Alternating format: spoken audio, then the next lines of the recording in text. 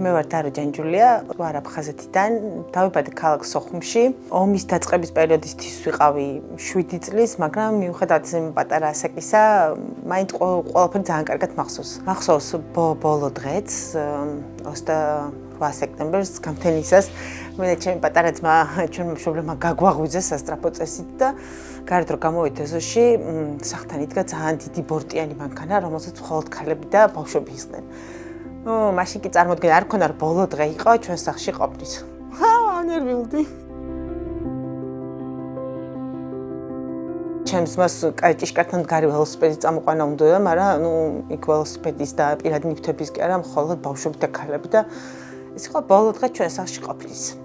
მაგრამ მას შემდეგ ჩვენ ყველა დღე ველოდებით იქ დაბრუნებას. რაღაცნაირად ისე გავიზარდეთ. და არ მეკონა ემოციური თუ იქნებოდა.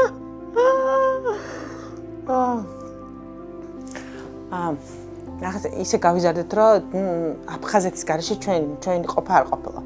მიუხედავად იმისა, რომ დედაქალაქმა ჩვენ რამოდენიმე წელი ვიცხოვრეთ დასავლეთში, სამეგრელოში, მე უკვე 96 წლიდან ვცხოვრობ თბილისში. დედაქალაქმა მომცა ყველაფერი. განათლება, სოციუმი, მეგობრები, პირადი ოჯახი, აბსოლუტურად ყველაფერი, მაგრამ იდენტობა დარჩა იქ და ჩვენ მე დარწმუნებული ვარ, რომ როგორც კი ჩვენი ამაყი ხუჭვენ დროშა იქ იფრიალებს, იმ დღესვე ჩავალაგებთ ბარგს და ჩვენ იმ დღესვე დავბრუნდებით ჩვენ სახლებში. ყავს მშობლები, ბებია, რომლებიც აქ არ არიან რა, ანუ მათი გულისული ყველაფერი არის იქ და მინდა რომ რაღაცნაირად ეს მალე მოხდეს. ბევრი წელი გვესმოდა რომ ჩვენ ვიყავით ლტოლვილები საკუთარ ქვეყანაში და ბევრი წლის მერე გავათვისნობიერეთ რომ ლტოლვილები არ ვართ დევნილები საკუთარ ქვეყანაში.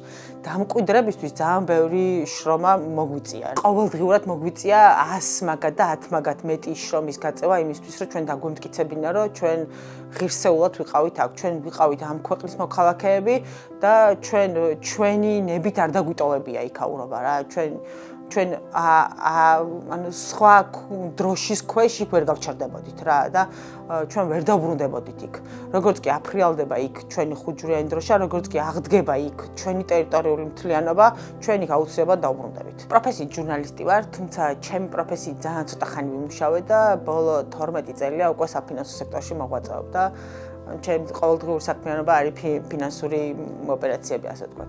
რაც შეეხება ჩემს საქმიანობას, ეს გაჩნდა, ანუ ხელსაქმედ ყოველთვის ვიყავი დაკავებული და ეს რაღაცა გარკვეული უნარჩვევები, ჯერ კიდე პატარაობაში, დედაჩემისგან მაქვს ყველაფერი ნასწავლი. მაგრამ დევნილობის პერიოდში რამოდენიმე უცხოური, ასე ვთქვათ, პროგრამის ფარგლებში შევისწავლე რაღაცა გარკვეული ტექნიკები, რომლებიც დღეს ჩემს საქმიანობაში ძალიან მადგება. პანდემია იყო ის პერიოდი, როდესაც 20 წლიდან მუშაობ და ორ კვირიან მშობლებაზე მეტი არ ქონია და როცა ის 2 თვე სახლში გავჩერდი და მივხვდი რომ რაღაცა უნდა მეკეთებინა და დავამზადე ეს ხელნაკეთი ხის კალათები, რომლებიც დავარიგე ჩემს სამეგობროში, უბრალოდ ესე უსახსოვრა ყველას და მე უკვე მათ მაიწვიეს, იმიტომ რომ აღმოჩნდა რომ მეგობრის მეგობარს, თანამშრომელს, ახლობელს მოეწონა და იძულებული გამხადოს რაღაცნაირად Facebook გვერდი შემექმნა. ასე დაიწყო ეს საქმე.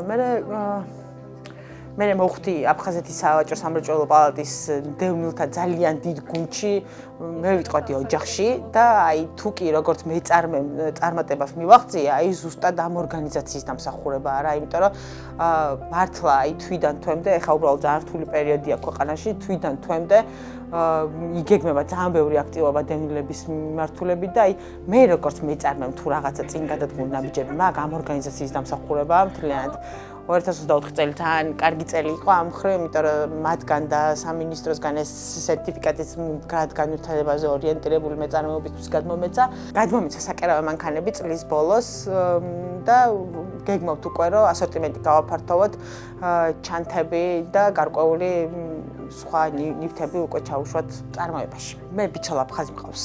და 2011 წელს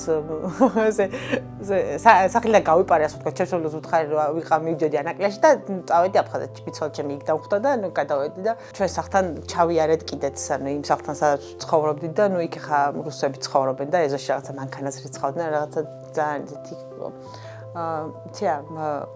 არა მათგან ამწუთას, მათში იმდენად არის ის, რომ რაღაცა დამოუკიდებლობა უნდათ, ძალიან რთული იყო და ძალიან რთულია, როცა შენ რაღაცა ესე გვერდიდან გადიხარ და გეშინია იმის მიხედვით, რომ იქ ხავისთანაც ვიყავი ჩასული ის ადამიანები პასუხისმგებლობას იღებდნენ, მაგრამ აი ის რომ შეემჩნიათ, რომ მე რაღაცა გადმოსული ვარ აქედან და რაღაცა ჩემი სახლის ანახავად მე ძალიან რთული იყო.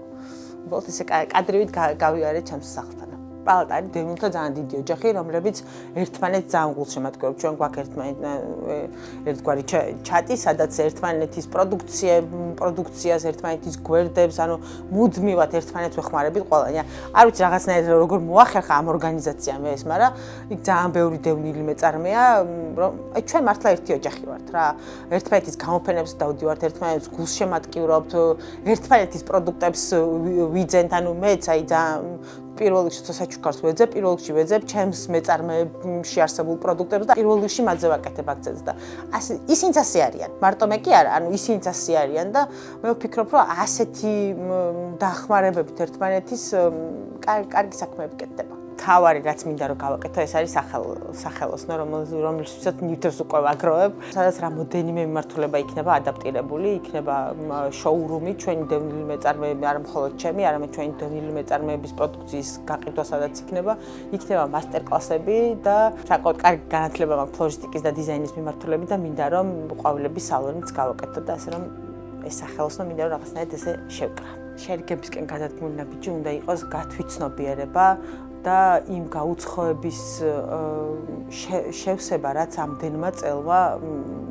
მოიტანა. ჩვენ მტრები არ ვართ, ჩვენ ერთი და იგივე ტერიტორიაზე დავიბადეთ და ჩვენ ერთნაირად გვაქვს უფლება, რომ იქ ვიცხოვროთ, განვითარდეთ, ჩვენ ერთმანეთთან საომარი და საბრძოლო არაფერი არ აქვს. ჩვენ ვართ ძალიან ცუდი პოლიტიკის, რომელიც სხვა გარეშე ქვეყანა მაწარმოა ჩვენს წინააღმდეგ ამის მსხვერპლი. ჩვენ ერთმანეთთან გასაყოფი არაფერი არ გვაქვს. მე მახსოვს ჩემი მშობლები რო ყვებიან, როგორ თანაცხოვრობდნენ ერთმანეთთან.